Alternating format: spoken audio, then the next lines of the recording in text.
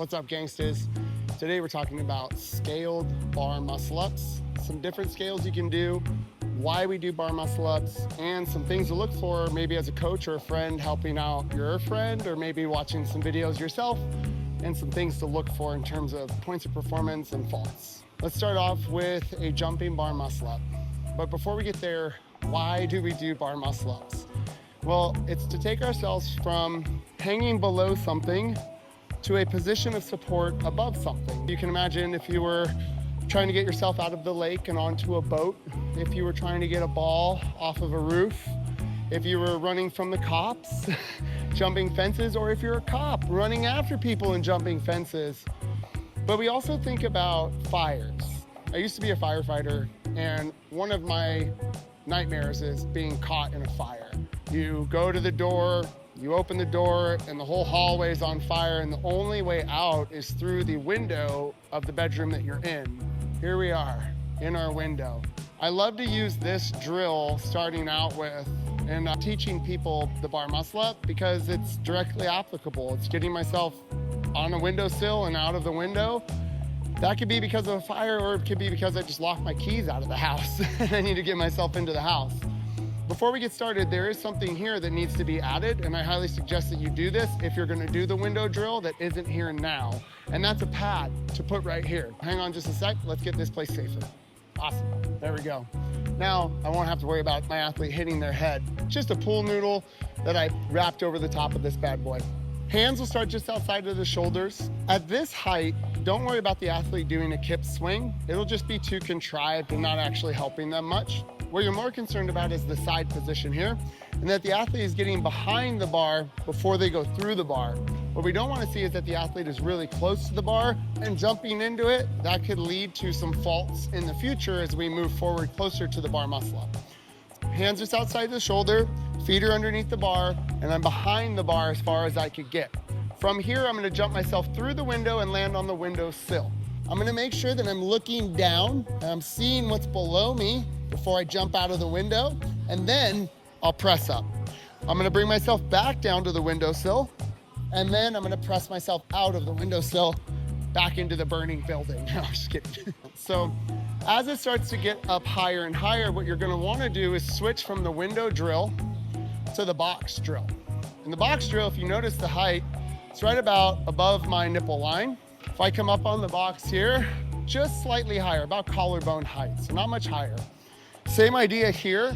I'm gonna have my athlete put their feet under the bar, hands outside of the shoulder, lean back behind the bar, and then we're jumping from back here over the top of the bar, landing on our sternum, and then pressing out from there.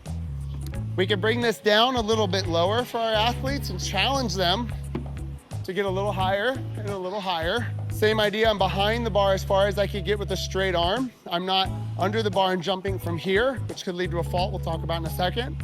Behind the bar, jumping to the bottom of my dip, pressing out. Now, once that starts to get a little bit easier for athletes, we're gonna add some technique work on the kip swing. Just drop one foot off the end of the box, practice the kip swing a few times.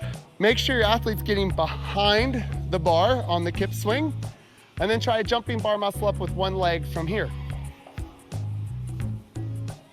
Now, from there, you can go band. I don't like the band very much. It gives us the most assistance where we need the most help in terms of our strength. It's kind of taking away from the idea of strength development, but in a sense, so is the box, so is the floor. This is another natural progression to getting people closer to doing the bar muscle up, and a little bit more what it's really like to do the bar muscle up. When you're setting this up, pull the band down first, put your foot in second. Third, foot goes in front, then hands on the bar. Hands are just outside the shoulder. First thing you're gonna do is create some space between you and the band. I'm gonna go into a hollow body position and just practice my kip swing from here to stay balanced. I'm pushing my chest through the band and I'm creating space. I'm using the band as a target for my chest, and I'm not going further than that, because that will throw me off. So it's just chest through the band, create some space. But always start with a little bit of space between you and the band. Then from there, make sure that the athlete or yourself, when you're watching the videos, are getting far behind the bar. We don't want to pull too early. Here's why. when the athletes pull too early. As they travel up, they end up under the bar. This is why you'll see people do the old chicken wing where they look like this and come out of it.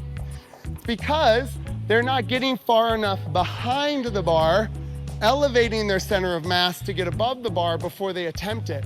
They're getting about halfway behind the bar and then starting to use the smaller muscles of the bicep to pull, and they run into the bar.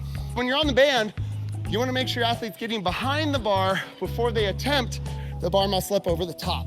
Foot's flat, other foot's in front, hands are outside the shoulder, create some space, start my kip swing for a few reps, get a feel for that. Once I feel like I could get behind the bar pretty far, I'll attempt my bar muscle up.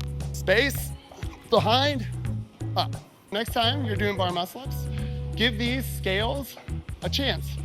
See which one you like the most, but more importantly, vary it. Do some with the window, do some with the band, do some with the box. But the most important thing is that the height is always increasing. So if I start at just above nipple height, and I go to collarbone height, then I go to nose height, then I go to head height. And when you get to the point that you are doing muscle ups where the bar sits about middle of to higher part of the arm when you're standing, you're probably pretty close to getting an unassisted bar muscle. Let me know if you guys have any questions about bar muscle ups or any other movements, or if you'd like to see me go over any other movements and their scales in the comments below. See you guys next time.